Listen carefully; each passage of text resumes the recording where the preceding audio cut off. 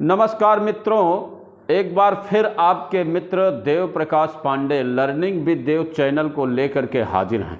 मित्रों, सनातन धर्म बहुत ही पुराना और ये कहिए कि सबसे पुराना धर्म है और लगभग सभी धर्म इसी से उद्भूत हुए हैं।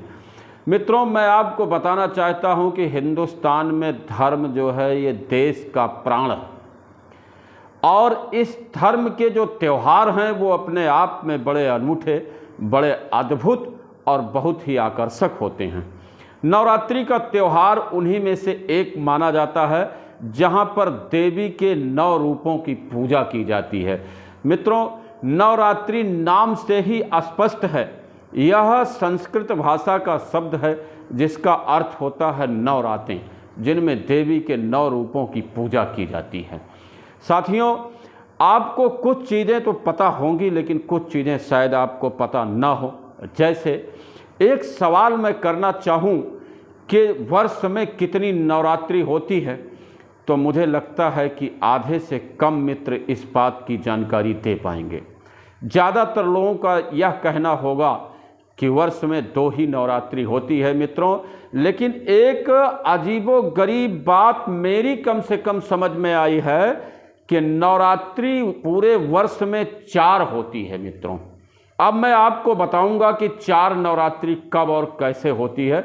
मित्रों, आप जानते हैं कि हिंदी और हिंदू महीने के अनुसार चैत्र मास पहला महीना होता है।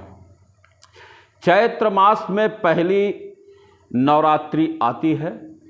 मित्रों, इसे बासंती नवरात्रि कहा जाता है, क्योंकि उस समय बसंत का महीना होता है, सभी पेड़ पौधों पर हरियाली होती है और उस समय फसलें भी किसानों की अपनी चरम सीमा पर होती हैं, इसलिए किसान भी प्रसन्न होते हैं, पूरे देश में खुशहाली का माहौल रहता है, इसीलिए इसे बासंती नवरात्रि कहते हैं और यह बहुत ही प्रसिद्ध है। मित्रों, इसके बाद जो दूसरा नवरात्रि आता है वह चौथे महीने में, आषाढ़ के महीने में आता है। मित्रों, और इस नवरात्रि के विषय में जो हमारा देवी भागवत महापुराण है वह भी ज़्यादा जानकारी नहीं देता है।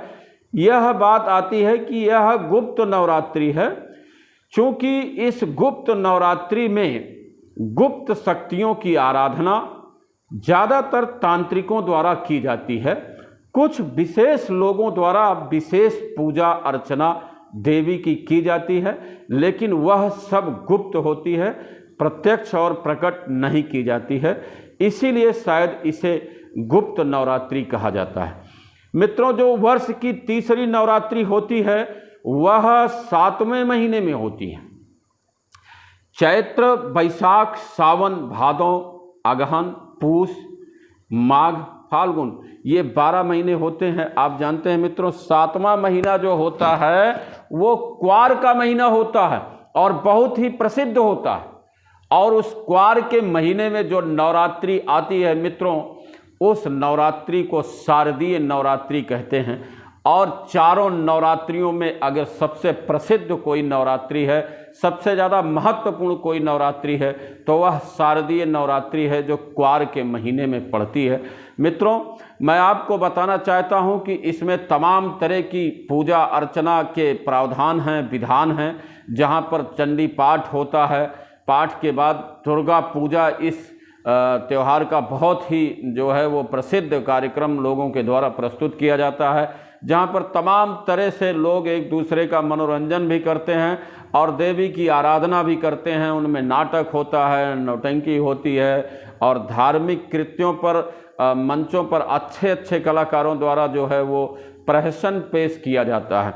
तमाम तरीके हैं, लेकिन सबसे प्रमुख है सुबह शाम चंडी देवी की, माता जी की आरती, उनके 9 रूपों का क्रमशः जो है वो निदर्शन होता है, उनकी पूजा होती है। और मित्रों, जो अंतिम नवरात्रि होता है वो 11वें महीने में, जो अभी मैंने बताया था माघ का महीना होता है, 11वां महीना, माघ महीने में अंतिम नवरात्रि आती है और वह भी गुप्त नवरात्रि के ही तहत आती है।